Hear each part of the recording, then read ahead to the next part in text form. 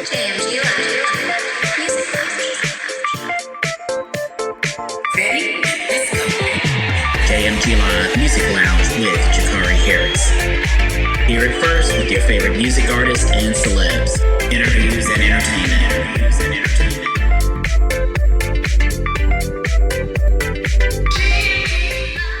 What's up, everybody, and welcome to the JMG Live Music Lounge. I'm your host, Jacquari Harris, and I'm so excited to have you tune in to the first episode of our new podcast.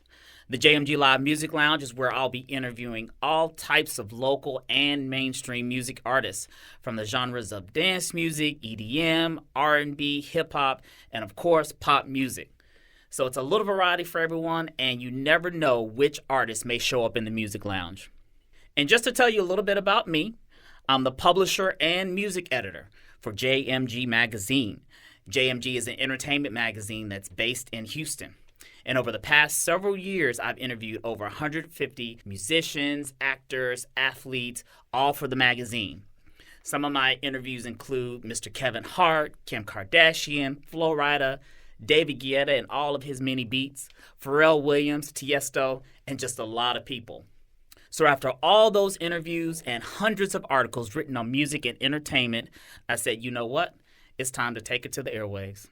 So here we are with our new podcast, JMG Live Music Lounge.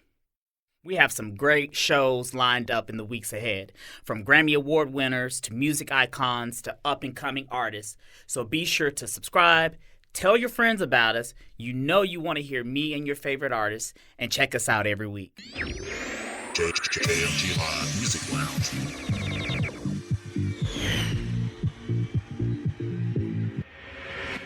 So, my music headline for the week is on the Chainsmokers. Of course, these guys are doing big things right now. They just performed at the Houston Livestock Show and Rodeo on March 12th in front of a sold-out crowd of over 70,000 people. Now, if you're not familiar with the Chainsmokers, they are a dance music duo consisting of two guys, Alex and Drew.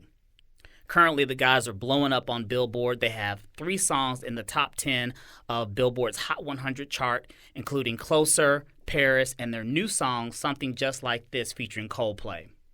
Now, in 2014, I was able to interview the guys right after the release of their hit song, Selfie. I know you remember Selfie. It was all over the place, YouTube, social media. 2014 was all about the selfie. Well, the interview was for our July 2014 Hot Body issue. Now, I was able to meet the guys at Stereo Live that same month because they had a show in Houston. And the following year, I saw the guys in Miami in 2015. I was in town for the Winter Music Conference and for Miami Music Week. And I was staying at the Fontainebleau Hotel, which is one of my favorite hotels next to the W. And I was in the lobby hanging out, and in walks Alex and Drew. Met with the guys, we took a couple of pictures, and we hung out for a little bit, and it was great to see them again. Now, when I interviewed the guys back in 2014, I asked Alex where he saw their emerging careers going, and this is what he said. I don't know. I mean, we're always hesitant to answer anything about too far down the road. You know, we're just going to keep rolling with it and making music that we like and enjoy and, you know, having fun with it. Obviously, we want to keep pushing ourselves to do bigger and better things. JMG Live Music Lounge.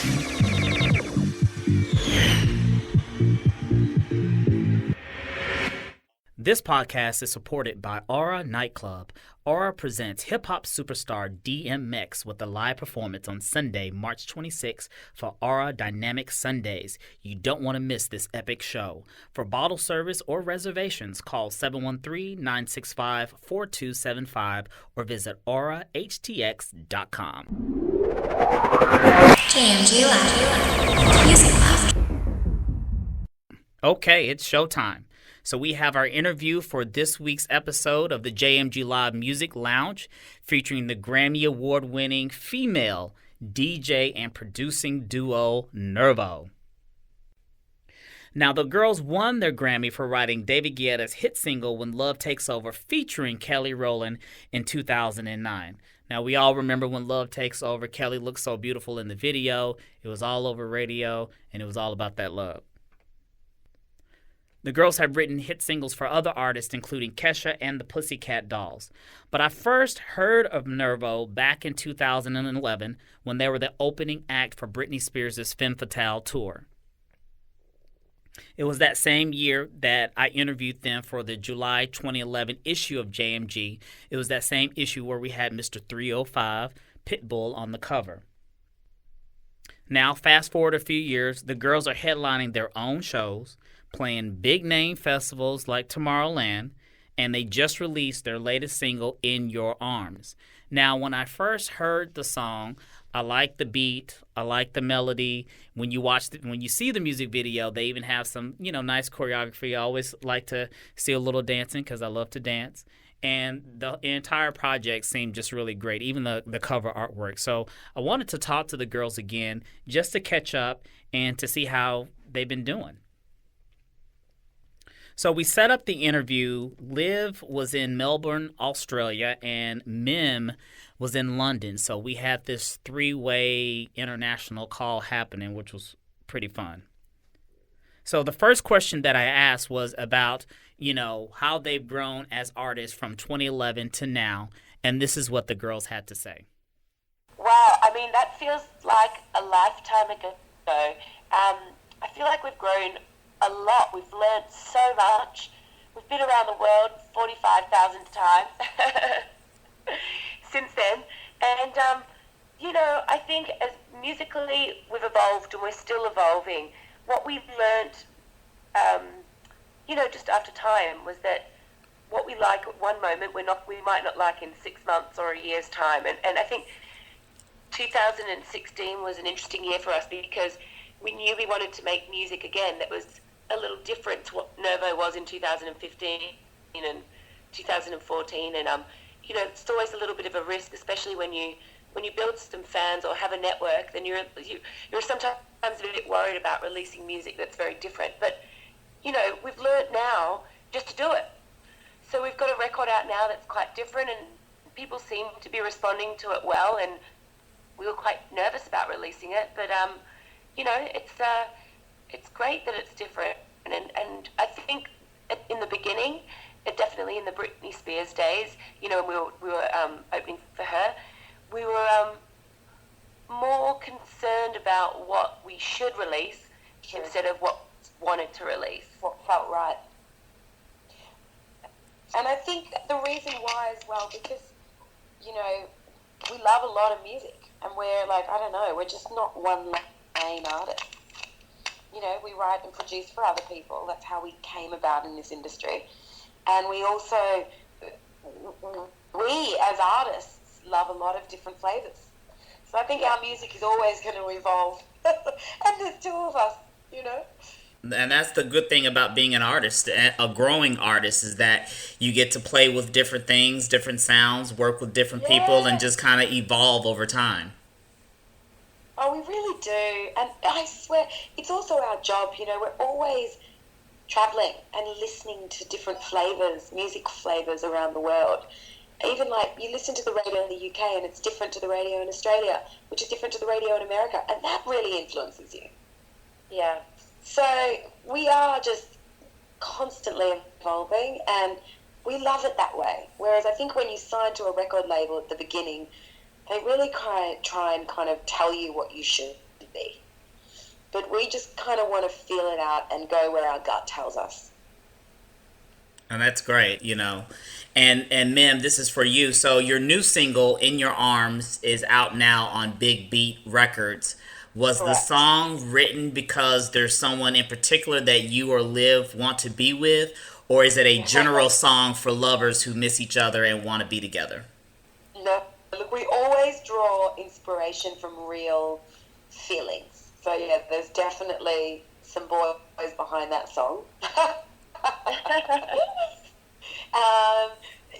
But there's also, sometimes we amalgamate the story a little bit. Like we might be speaking to a girlfriend or a boyfriend about their scenario, and we might put that scenario in our song. But definitely, there's definitely big parts to it that is us, sadly. And this one's sadly. Sometimes we're in love, sometimes it's happy. True, it's really true. Our records are just a diary of our lives. Like, you know, we, at the beginning of our career, we just used to write all of these go get your dreams type records. Then we fell in love with, inspirational records. Then we fell in love and so then we wrote lovey-dovey songs. Then we had breakups, so we wrote hate songs. And now we're actually writing a few, it's very interesting actually, we're writing a few worldly songs. Yeah, and the political one, Mim. Yeah, I mean, I've got to say, the last three records we're working on all definitely have a political stand. I don't know when they're going to come out or if they ever will, but we're touching on things that we've never touched on before. I guess that's the media, isn't it? Influencing us. Well, yeah, definitely, especially, you know, in the kind of the political world that we're living in right now.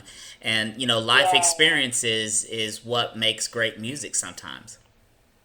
Yeah, well, the world is in such a bizarre place, you know, and we're seeing it from all sides of the globe. Not, you know, not just America or, you know, just England or Europe. It's pretty, well, you know, so anyway, the records we're writing at the moment, I'm loving. It's a real diary of our life. Well, I can't wait to hear it. And so, Mim, you're actually singing in the song, and I've noticed that other artists who started out as DJs and producers, such as Calvin Harris and the Chainsmokers, are now using their own vocals in their music. Why do you think more DJs are moving in this direction? Well, it's a lot easier because to write the record, you normally just put your vocals down. And then we always like to have other vocalists on our records. One, because they bring a different vibe, a different feel. For example, When Love Takes Over wouldn't sound like When Love Takes Over with our vocal on it. We needed Kelly's vocal on it to make it sound more amazing. But really, I think when we're so time poor, because we record the demos, to then get another vocalist in, produce that vocal, work out if it's in the right range, then transpose the track and work out all that palaver, it takes so much time. So, look, we don't really love to be the vocalist because with that, I think sometimes a lot more, I guess, expectation of you having to, like, sing to camera and all that kind of stuff, which really scares us. But you know what? We've tried to embrace it, and I mean, thank God we've had a good reception. But it could have all gone very, very pear-shaped. You know, we'll see. Maybe we'll do more of it in the future. Well, you sounded great, and you guys look great, so I would definitely continue doing it. You know, I think especially with our vocals, I just get bored of them because we've worked with them all our career. So we're like a kid in the candy store when we get a new vocalist because it sounds so different and exciting, and you can use plugins in different ways, and they'll be affected differently. So I don't know, you know, we will embrace it, but I think to the core of us, we still love always working with other artists as well and their sounds. Okay. And Liv, you know, now I'm really feeling the video for In Your Arms. You know, I saw it over the weekend, and I thought it was pretty cool. In addition to the artwork, you have a black and gold theme with a sexy Mad Max vibe going on. There's also some choreography with dancers, and I always like to see some dancing. How would you describe the concept of the video, and who came up with it? Do you know what? We've been working with a director called Jacquari Harris. He's from Finland, and we've shot, I think, 8 videos with him, and I think this was the 8th or the 9th. It was, and we have such a great relationship. That's why we always keep using him, because we really feel comfortable around him, and we have a very open, collaborative relationship where he'll throw an idea at us, and we'll throw it back, and we'll say each other's ideas suck, and then we'll come back, and we go back and forth, and we eventually get there. And it was Jaakko's idea to make us dance. With him, we just knew we could trust him. He would make us feel comfortable, and we did it. And, you know, it's just no regrets. we had such a great rehearsal day with the dancers, and we felt like it really it was just special for us. And it added a lovely texture, to what we've ever done before. So the concept, we had a budget, and the concept was, keep it within the budget, make it look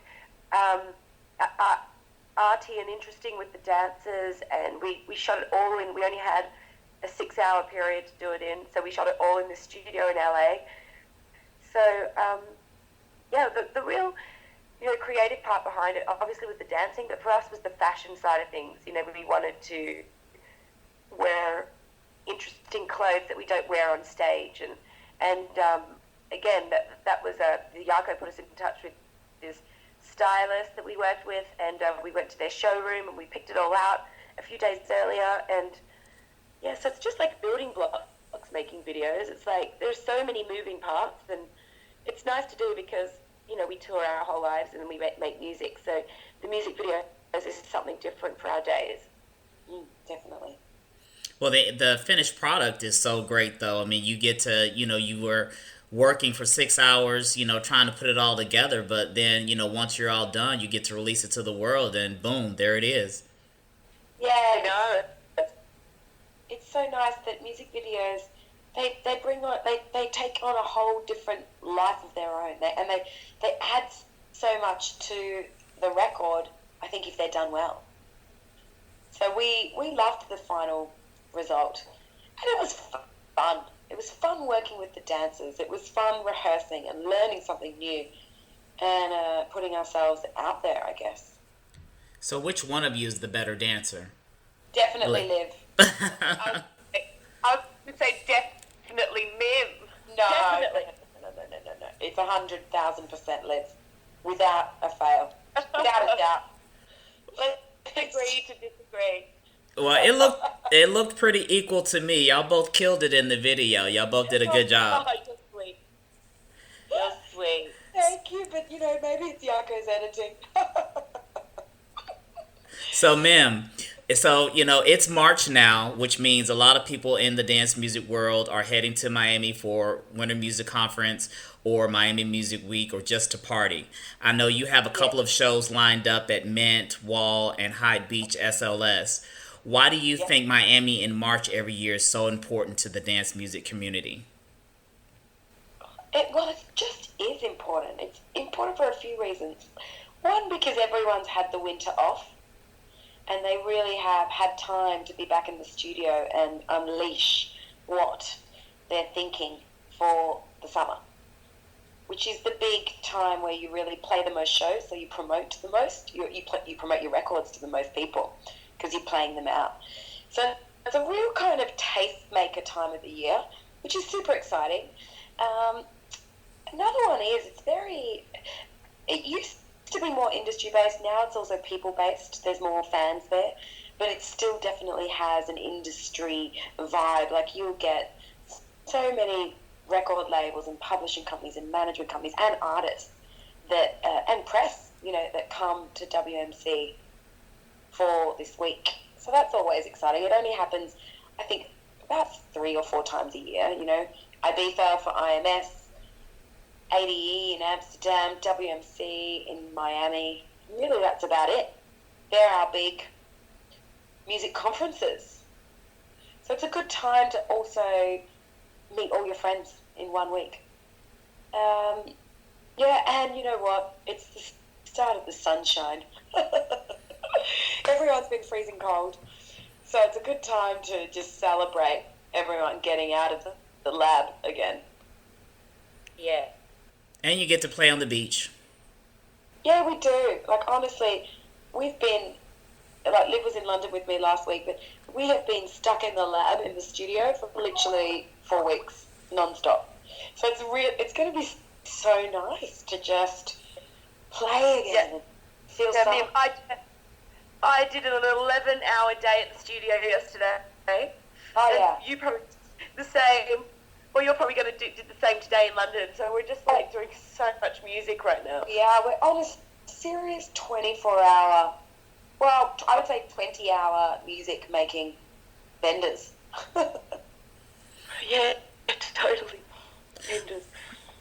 Well, if you guys need any advice on any songs or any feedback, definitely send me a quick IM and I'll check it out for you. Oh, you're so sweet. You know, I would love to do that. I would really love certain people's opinions on our records, but we're literally told all the time, don't send your records out until you've done them, you know, just things can get leaked, things can go wrong, so yeah. But look, I might take you up on that. All right, well, just let me know. So, Liv, obviously, you know, you guys travel all over the world and you have residencies at places such as Omnia and Wet Republic in Las Vegas. Is there one venue that you absolutely love playing at? Oh, that's like picking your favorite meal. You know, like pizza's great. It's definitely one of my favorites. But if I ate it every day, then I'd definitely want tacos. So it's like, you know, venues are similar. There are so many great ones that spring to mind. Ushuaia in Ibiza is really sexy because it's daytime and you see the sunset. And then, of course, the bonus of that is you can go out clubbing afterwards because it finishes at midnight. You know, there's also Green Valley in Brazil. Well, Brazilians are some of the best people to play music for. I think still one of our best gigs was Tomorrowland in Brazil, main stage, when we played that last year, I think it was, or the year before, because just the people, there's more of them, and they're crazier. They go harder, they go longer, they go crazier, they scream louder. It's just, you know, They're nuts. Yeah, they're nuts. New York is always good to us, you know, in almost whatever venue we play there. It's just awesome. I think also it's because New Yorkers go a bit more crazy. Yeah, and you know what, Miv? How good was Ministry of Sound in London? Yeah, last time? That was just weirdly amazing. Like, just what about like Pasha, Barcelona? I mean, insane. Yeah, you know, and also the festivals in Valencia. Yeah. Oh, it's just, our gigs are just so awesome. You know, like we used to have at the beginning of your career, of course, no one knows any of your music, and you're also playing a warm-up set, which is completely different to a set that we play now. So you don't get that energy from the crowd. But now our sets and the crowd, they're just insane, awesome, and insanity. Proper energy the whole time from start to finish. Well, that's what you want. You definitely want that energy. I mean, you guys have put all of your, you know, time and effort and hard work into producing great music. So once you hit the stage, you want that feedback from the crowd. Yeah, but I think it's also lucky in our careers that dance music became popular. Also, now we're playing peak time sets. You know, we get to be the last DJ, so you really do get to bang it out. Whereas there's a definite protocol when you play on a lineup and you play before DJs on their night, where you just can't take the set. Yeah, where you can't take the set where you want to take it for, you know, respectful reasons, which is good as well. Okay. And how would you guys define success? Happiness. Yeah, I was going to say the same thing. How corny. It's such a personal thing, you know, and I really just think at the end of the day, you know, we know a lot of people that are super successful in terms of wealth, but they're unhappy. And then we'll know some people that are really not wealthy in any way, shape or form, but the happiest ever. So I think... Or they're very inspired, you know, like they're making music that they're very happy with. But there has got to be a bit of a balance because, you know, sure, those people that not many people know about, they're successful because they're making great music for themselves, but commercially they're probably not successful yet. Yeah, but if the question is how do you measure what is success, I think, I don't know, the way you define success, I mean, I just think it's really on your psyche and your happiness. You are successful when you're happy. Yeah, I feel. true. I agree. I mean, that's a good answer. Yeah, but we are also very lucky now that we have doing what we love. Yeah, we're doing what we love, and we're being rewarded for it, I guess, commercially. Like, there was a time when we still had success, I guess. We had charting success, and we weren't making any money, and we weren't very happy. So I guess that, there you go, we felt unsuccessful. Yeah, but that was only the end, Liv. That was only when we were just about to give up. Because we'd had, like, 10th year, like, we'd had so many, top 5 records in so many different markets with so many different artists. But yet we were still waitressing. So by the end of that, we were fed up and we were like, look, we've done our best in writing and producing for other artists. We're satisfied with where we're at, and we were ready to give it all up. And just when that happened, we, won the Grammy, and things just went crazy. Yeah. But Liv, for those years that we hustled it, we were very happy for a lot of those years. It was only at the end when we got a bit fed up. Yeah, I guess. Yeah. And so when you guys are performing together, do you have a preference as to which roles you play when DJing? Yeah, Mim's an amazing hype girl. I know. Mim's great on the mic. The thing is, now that she's been using the mic for so long, we have a really good understanding of when she should hype. You know what I mean? At what points and what records, or when I'm mixing, or like, she just needs to look at what I'm doing, and she knows, okay, this is a time where I can get on the mic and say something to people. We have a good flow. I mean, we're also lucky because we do a lot of gigs. So when you do a lot of gigs, you understand each other's flow a lot more. But I will say, Liv, when we haven't gigged for a bit and then we get on the road, the first few gigs are always a bit shakerama. Yeah. Yeah, totally, which we should probably think about our LA gigs. Totally, 1,000%. Yeah. In the summer, you're touring so much that you really just get into each other's flow. You get into a groove. You definitely get into a groove. You really do. You really, really do. You get good at sleeping an hour here, 2 hours there. You eat at weird times, but it just feels normal for you in your summer schedule. So since you mentioned the summer, do you guys have any big plans or projects coming up that we should know about? I mean, look, there's loads. There's Tomorrowland, both weekends. The summer's so jam-packed. In Scandinavia, we're doing pretty much a lot of Europe. We've also got Nervo Nation at Ushuaia. Yeah, and in the mountains. And in the mountains. Oh, wow, is it Dubai now as well? Yeah, so we're like, what's great about Nervo Nation is we pick our lineup. So we invite all our friends out. And it's awesome. It's just good fun. Just good vibes. And a lot of these friends we make records with. So it's a different way of gigging, but it's good fun. And so since you mentioned Nervo Nation, I know you have your Nervo Nation radio show on Sirius XM.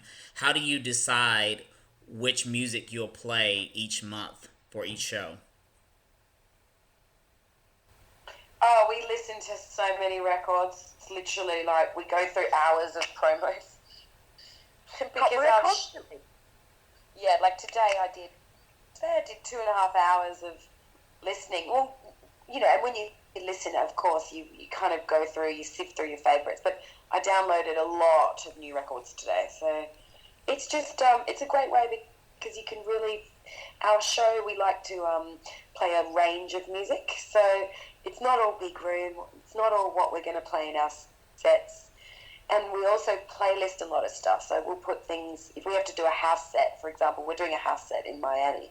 So the radio show is great for that because it just means that we're staying fresh on different types of Nervo sets. This year we played EDC, it was Creamfields on the main stage, and then we went off and we did a Smirnoff, underground set. Yeah, that was great because our radio show just keeps us on top of that kind of stuff. JMG Live Music Lounge.